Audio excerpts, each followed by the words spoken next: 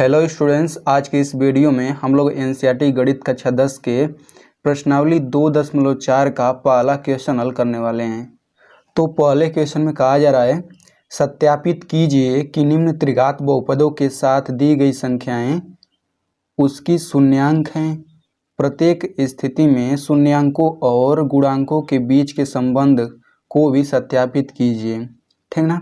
हमें ये सिद्ध करना है कि ये जो त्रिघाती बहुपद दिया गया है और ये जो अंक दिया गया है, हमें ये सिद्ध करना है कि ये तीनों अंक जो हैं इस त्रिघाती बहुपद के शून्यक हैं। हमें यही सिद्ध करना है, ठीक ना। तो चलिए सबसे पहले हम लोग त्रिघाती बहुपद के गुणांकों और शून्यांकों के बीच संबंध क्या होता है, हम लोग सबसे पहले उसे समझ लेते हैं, ठीक ना। सबसे पहले हम लोग त्रिघाती बहुपद लिख लेते हैं।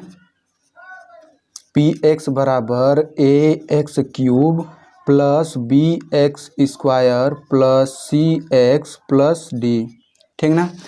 त्रिघाती बहुपद का मतलब ये होता है कि सबसे बड़ी घात 3 घात होना चाहिए। आप लोग देख सकते हैं सबसे बड़ी घात 3 है, ठीक ना। और इसमें ए का मान कभी भी 0 के बराबर नहीं होना चाहिए, क्योंकि अगर ए का मान 0 हो जाएगा तो ये एक्स क्यूब वाला पद हट जाएगा, बचेगा कितना, एक्स स्क्वायर वाला पद, यानी कि ये द्विघात बहुपद हो जाएगा। तब त्रिघाती बहुपद कहाँ रहेगा, ठीक ना।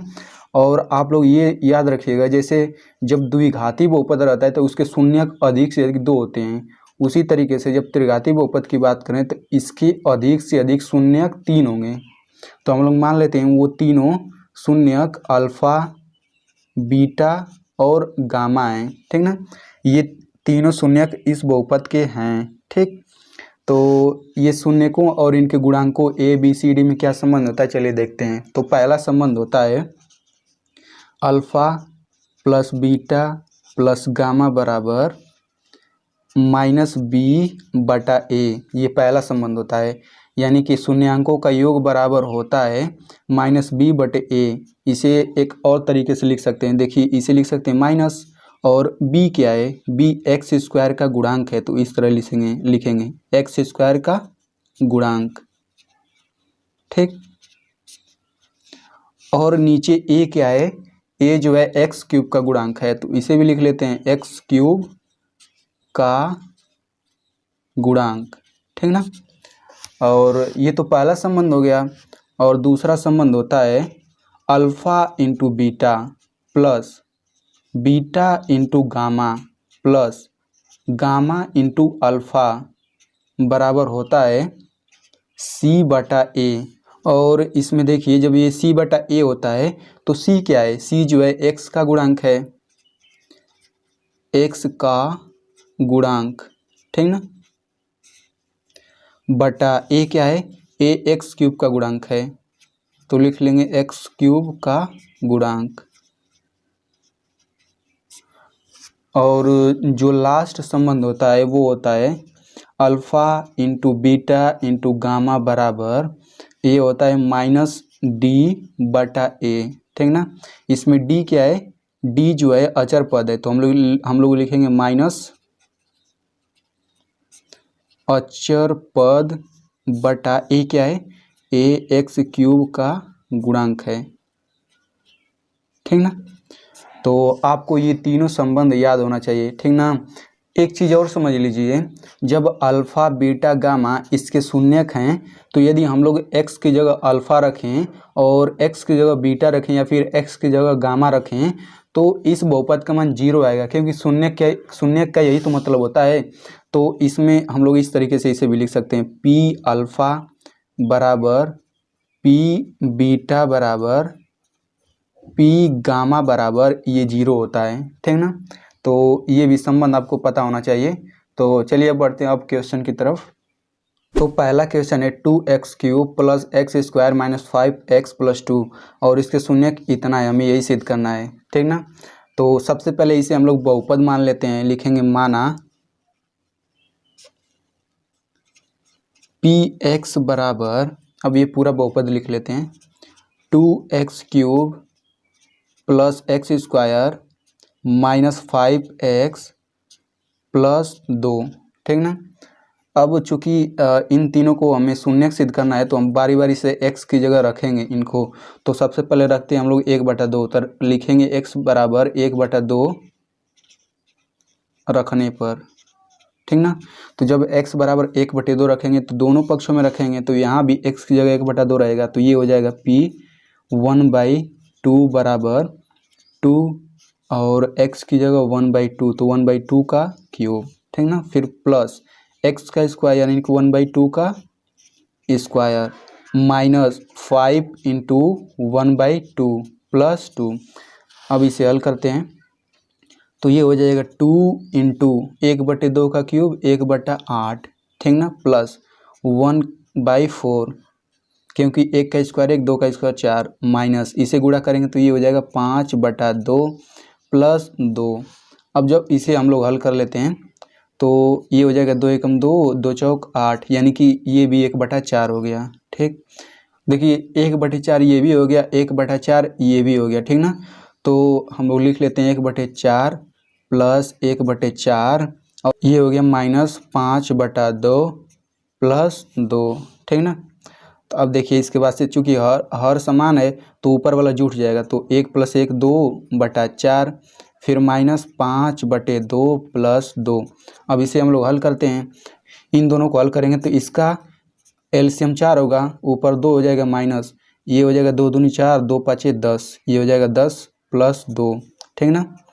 और 2 में से 10 जाएगा कितना आएगा -8/4 प्लस 2, और ये हल करेंगे तो -2 प्लस 2 बराबर 0। तो आप लोग देख सकते हैं कि x की जगह मैंने जब 1/2 रखा तो ये 0 आ जा रहा है, ठीक ना। तो इसका मतलब ये हुआ कि 1/2 इसका एक शून्यक है, ठीक। अब हम लोग दूसरा चेक करते हैं, x बराबर 1 रखने पर, ठीक। अब जब x बराबर 1 रखेंगे तो ये हो जाएगा p कोष्टक में 1 इज इक्वल हो जाएगा x³ यानी कि 1 का क्यूब, ठीक, प्लस x² यानी कि 1 का स्क्वायर, फिर -5x यानी कि 5 इंटू 1 प्लस 2। इसे हम लोग हल करते हैं तो 1 का क्यूब 1 और जब 1 का 2 में गुणा होगा तो 2 प्लस 1 का स्क्वायर 1 माइनस 5 का 1 में गुणा होगा 5 प्लस 2, ठीक। तो ये देखिए 2 1 3 3 2 5, तो ये हो गया 5 माइनस 5 बराबर 0। ये भी 0 आ रहा है यानी कि एक जो है इस बहुपद का शून्यक होगा। अब -2 रख के देखते हैं तो x बराबर -2 रखने पर, ठीक ना। तो जब x बराबर -2 रखेंगे तो ये हो जाएगा p कोष्टक में -2 बराबर 2 इंटू -2 का क्यूब, ठीक, प्लस -2 का स्क्वायर -5 इंटू -2 प्लस 2। अब इसे हम लोग हल करते हैं तो ये हो जाएगा 2 इंटू -2 का क्यूब होता है -8 प्लस -2 का स्क्वायर होता है +4।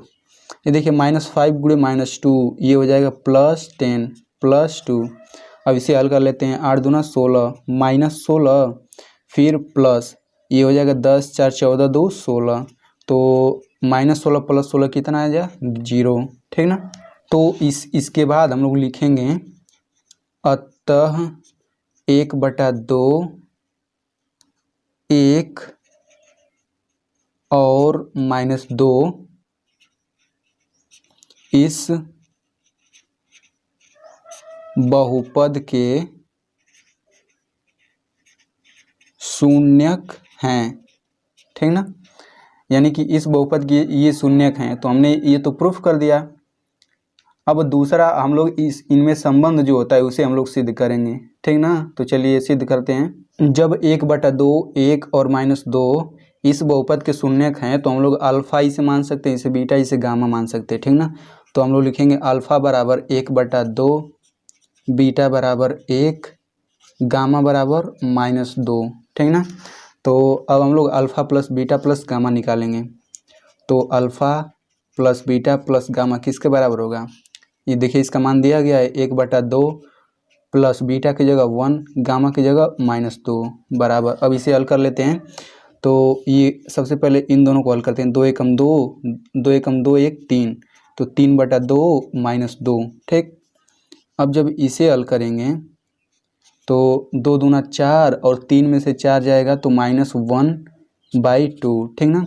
अब इसमें एक चीज़ ध्यान दीजिए, अब देखिए -1/2 को हम लोग इस तरीके से लिख सकते हैं, माइनस कोष्टक में 1/2 इस तरीके से लिख सकते हैं, ज़रूर लिख सकते हैं, ठीक ना। तो सबसे पहले हम लोग यहाँ पे बहुपद लिख लेते हैं। तो बहुपद दिया था 2x³ + x² - 5x + 2, ठीक ना। तो अगर इसमें एक की बात करें तो एक क्या है, एक जो है x² का गुणांक है, तो हम लोग लिखेंगे -x² का गुणांक, ठीक, बटा, और इसमें 2 क्या है, 2 जो है x³ का गुणांक है, तो हम लोग लिखेंगे x³ का गुणांक, लिख सकते हैं हम लोग इतना, ठीक ना। तो जो पहला संबंध होता है हमने वे भी सिद्ध कर दिया, alpha plus beta plus gamma बराबर -x² का गुणांक बटा x³ का गुणांक, इतना ही तो हमने निकाला था शुरू में, ठीक ना। अब हम लोग लिखते हैं alpha beta plus beta gamma plus gamma alpha. अब हम इसका मान निकालते हैं। तो सबसे पहले अल्फ़ा बीटा, अल्फ़ा की जगह क्या है 1/2, ठीक, गुणा बीटा की जगह क्या है, बीटा की जगह 1 है, फिर प्लस बीटा, बीटा की जगह 1 है, गुणा गामा की जगह क्या है -2, फिर ठीक, प्लस गामा, गामा का मान -2 गुणा अल्फ़ा की जगह 1/2, तो ये हो जाएगा 1/2। अब हम लोग इसे हल करते हैं, तो ये हो जाएगा 1/2 और 1 का गुणा -2 में करेंगे तो ये हो जाएगा -2, ठीक ना। अब ये देखिए 2 से 2 कट गया तो कितना आएगा -1 आएगा, और प्लस का गुणा करेंगे -1 में तो -1 आ जाएगा। तो इसे हल करते हैं 1/2, फिर -2 -1 -3 हो गया, ठीक ना। अब इसके बाद से देखिए ये हो जाएगा 2 × 6 और 1 में से 6 जाएगा -5, फिर नीचे बटा 2, ठीक ना। तो अब इसमें ध्यान से देखिए, इसमें जो -5 है, -5 क्या है, -5 x का गुणांक है, तो हम लोग लिखेंगे x का गुणांक, ठीक, बटा 2 तो आपको पता ही है x³ का गुणांक, तो x³ का गुणांक, और हमने शुरू में निकाला था यही alpha beta, beta gamma plus gamma alpha बराबर इतना ही होता है, ठीक ना। तो दूसरा संबंध भी सिद्ध हो गया। अब चलते हैं तीसरे संबंध की तरफ, alpha into beta into gamma बराबर निकालेंगे। तो अल्फ़ा बराबर 1/2, बीटा बराबर 1, गामा बराबर -2, ठीक ना। तो अभी 2 से 2 कट जाएगा एक बार में, तो ऊपर बचेगा -1, ठीक। अब देखिए ये -1 कोई एक संख्या है, ठीक ना। तो हम लोग अंश और मतलब कि 2/2 लिख सकते हैं, ठीक ना। यानी कि हम लोग अंश में 2 से गुणा कर सकते हैं और हर में 2 से गुणा कर सकते हैं, तो इसमें कोई भी परिवर्तन नहीं आएगा क्योंकि 2 से 2 कट जाएगा फिर, ठीक ना।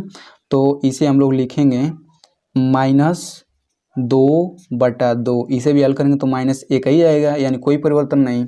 अब इसमें देखिए, इसमें 2 को हम लोग लिख सकते हैं क्या, अचर पद, तो ये हो जाएगा अचर पद, ठीक, बटा, और नीचे जो 2 है इसे हम लोग लिख सकते हैं x³ का गुणांक, ठीक ना।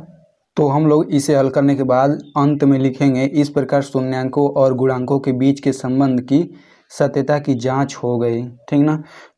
तो स्टूडेंट्स, जो पहले क्वेश्चन का दूसरा क्वेश्चन है बिल्कुल पहले क्वेश्चन की जैसा है, ठीक ना, और मैंने पहला क्वेश्चन हल करवा दिया, तो आप लोग दूसरे क्वेश्चन को भी बिल्कुल इसी तरीके से हल कर लीजिएगा, ठीक ना।